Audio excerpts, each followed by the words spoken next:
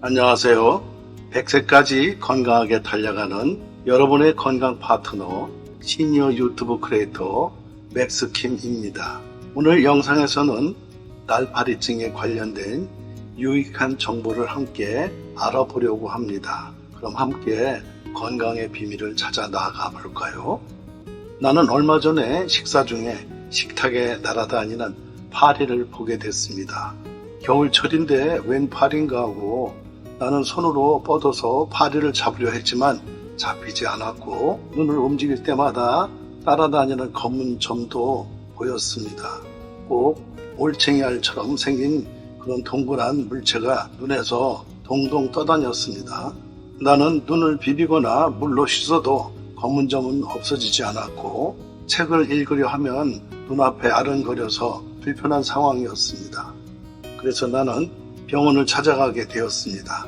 병원을 찾아가 보니 나의 증상은 날파리증과 비슷한 것으로 알려져 있는 번개불 현상, 즉 얘기해서 광시증과 유사하다는 말을 들었습니다. 지금부터는 내가 상담해서 얻은 지식과 의학 전문을 통해서 여러분과 함께 이 날파리증에 대한 정확한 정보를 함께 나누고자 합니다.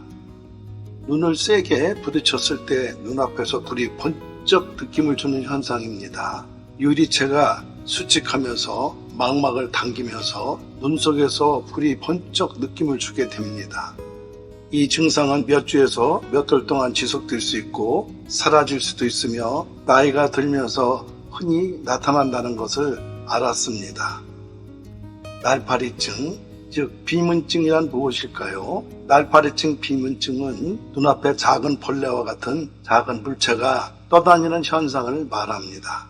눈 속에는 유리체라고 하는 맑은 액체가 채워져 있으며 이 유리체는 눈 안으로 들어오는 빛을 거의 그대로 투과시켜 망막으로 전달을 합니다. 그러나 유리체에 미세한 혼탁이 있을 경우 빛이 통과하다가 망막 위에 그림자를 만들어 다양한 형태의 무늬를 보게 됩니다. 이러한 형태는 파리나 모기와 같은 곤충 모양의 점, 원, 아지랑이 같은 또한 시로라기와 같은 손 모양 등으로 나타날 수 있습니다. 또한 날파리증은 여러 개의 물체가 동시에 나타날 수도 있으며 형태도 수시로 변할 수 있습니다. 날파리증은 때로는 눈을 감아도 보일 수 있으며 주로 맑은 하늘이나 하얀 벽, 하얀 종이와 같은 백색 배경을 배경으로 볼 때 더욱 뚜렷하게 보입니다. 이 현상은 보고자 하는 방향을 따라다니면서 나타날 수 있으며 때로는 시선의 중심에 위치하고 때로는 조금 옆에 위치할 수도 있습니다. 날파리증, 비문증 원인은 다양합니다. 날파리증과 번개불 현상을 호소하는 사람들 중 약 20%는 망막의 질환과 관련이 있습니다. 대표적인 망막 질환으로는 유리체 출혈, 망막 열공, 망막 박리, 포도막염 등이 있습니다. 또한 백내장 수술을 받은 후에도 날파리증이 나타날 수 있습니다. 유리체 출혈은 유리체 내부에 피가 나와 날파리증이 발생할 수도 있습니다. 특히 고혈압이나 당뇨병 등이 있는 분들에게는 이러한 현상이 더욱 자주 나타납니다. 날파리증이 대부분은 노인성 변화에 의해서 발생하는 것으로 알려져 있습니다. 나이가 들면서 눈 속의 유리체는 오그라들어 덩어리지거나 주림이 생기며 이로 인해 부인물이 형성됩니다. 그러나 근시가 있는 경우에는 젊은 사람에게도 이러한 변화가 빨리 나타날 수 있습니다.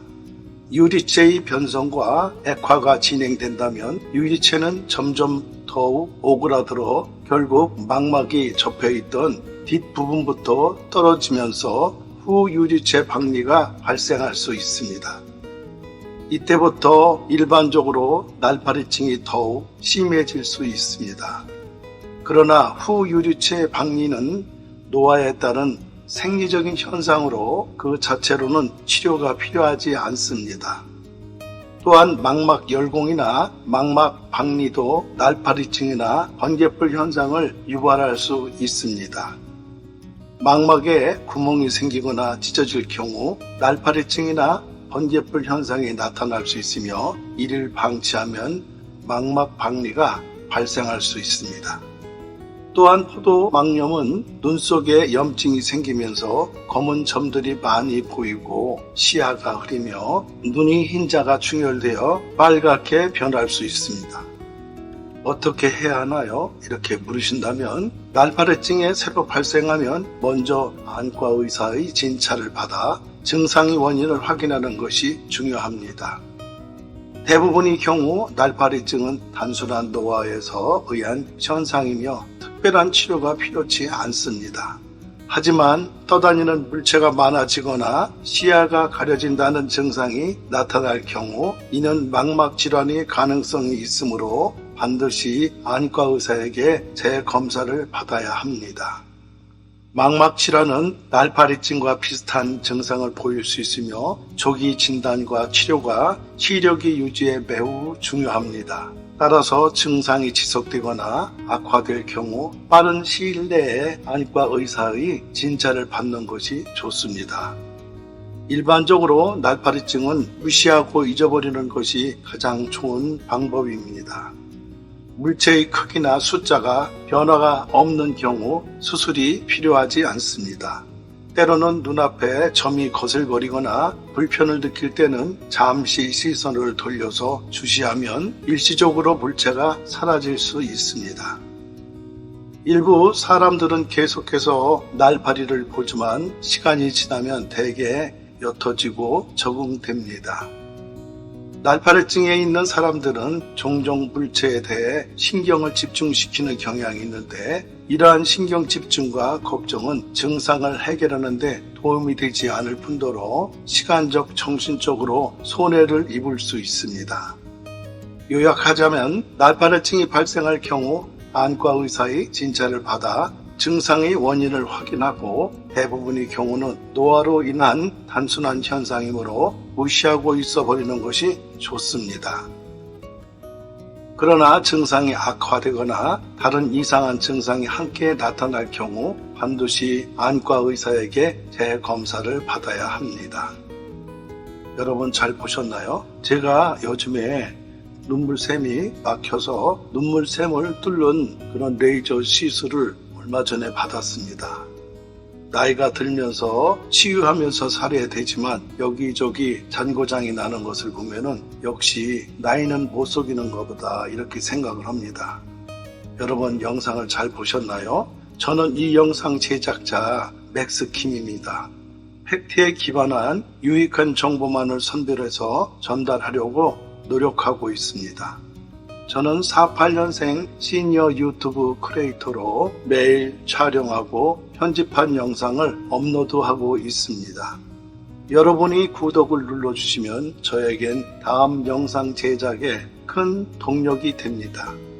그리고 아직까지 구독이 빨간색이면 구독이 안 되었으니 엄지 모양의 좋아요와 구독 버튼을 꼭 눌러주시면 감사하겠습니다. 오늘도 건강하시고 즐거운 하루 되시기 바라며 항상 행운이 함께 하시길 기원합니다. 꼭 복 받으시기 바랍니다. 감사합니다.